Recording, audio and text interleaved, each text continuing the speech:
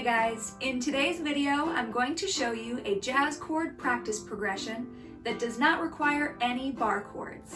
I've made similar videos in the past which people seem to enjoy, but I wanted to go ahead and make a version that's suitable for folks who don't like to do bar chords. So this progression will feature circle of fifths harmonic motion that's common in jazz standards but doesn't require that you use bar chords.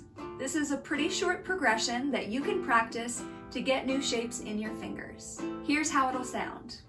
1, 2, 3, 4.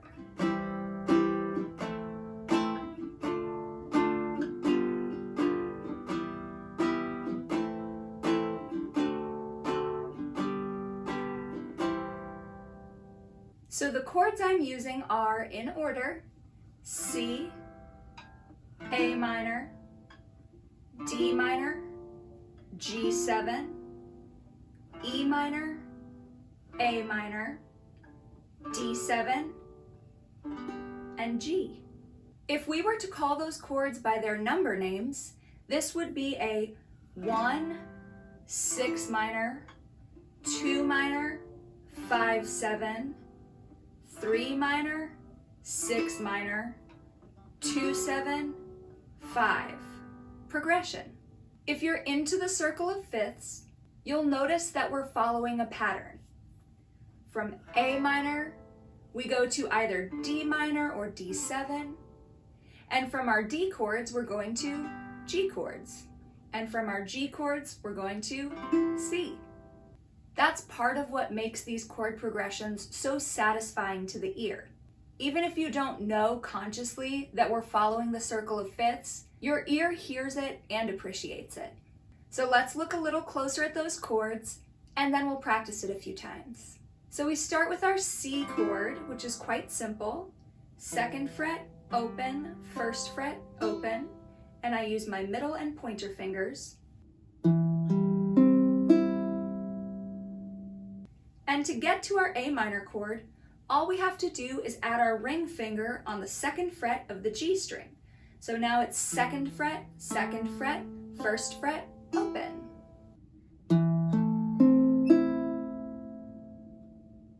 Then we'll go to our D minor chord, which is open D string, 2nd fret, 3rd fret, 1st fret, and I'm using my middle, ring, and pointer here.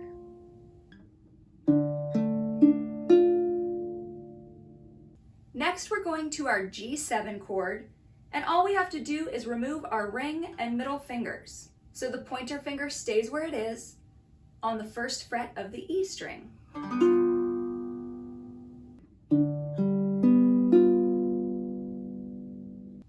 So instead of going back to the C major chord, we're doing what could be called a deceptive cadence and going to our 3 minor chord, or E minor. That's just middle finger on the 2nd fret of the D string, and then everything else is open.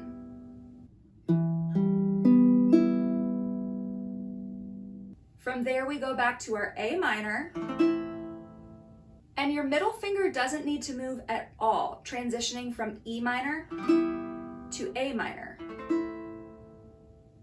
If you remove your middle finger in between and reset your hand, you're just creating more work for yourself. So if possible, try to keep that middle finger planted and practice moving between those chords.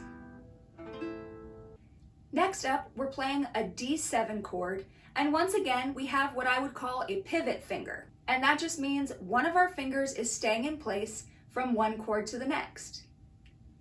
In this case, the pointer finger stays the same. So I think of that as a pivot point. So I'll lift my other 2 fingers and place them for the D7. So now I've got open, 2nd, 1st, 2nd.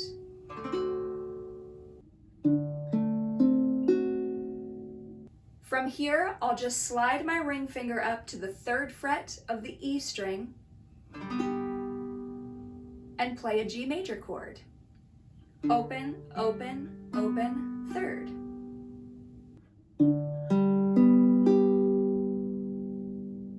So now I'm going to play through that progression a few times so that you can play along and practice with me. Don't be afraid to hum along as you practice and think about melodies that you might enjoy hearing over this progression. Don't forget that you can slow down or speed up the playback on this YouTube video to fit your practice. 1, 2, 3, 4.